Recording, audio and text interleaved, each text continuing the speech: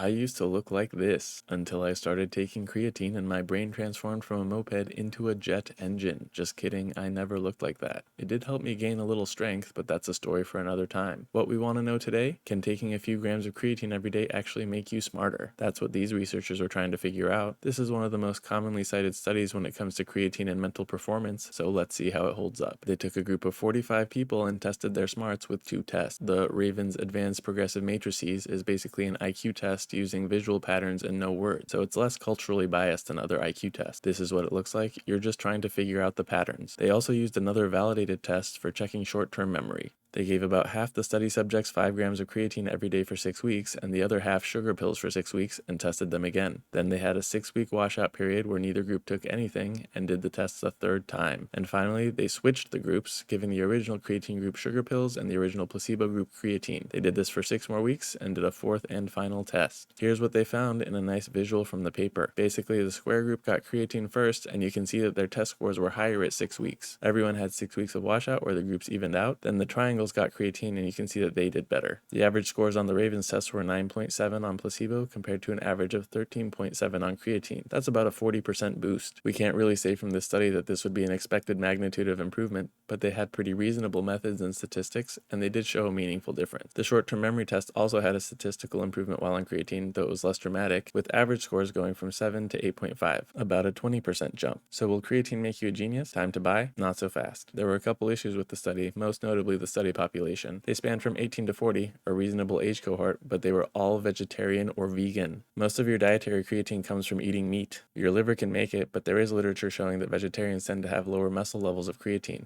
Makes you wonder if vegetarians could also have lower creatine levels in their brains, and actually there is literature that suggests this is true. There are past studies on creatine and muscle performance that showed similar improvements when comparing vegetarians to meat eaters, but your brain isn't a muscle. It might not work the same way. Basically, we can't generalize the results of this study outside of vegetarians and vegans. So did we answer the question? I'd say probably yes for our non-meat eating friends, and still a maybe for people who eat meat. Thanks for watching. If you learned something, please consider tapping the like button to help us grow.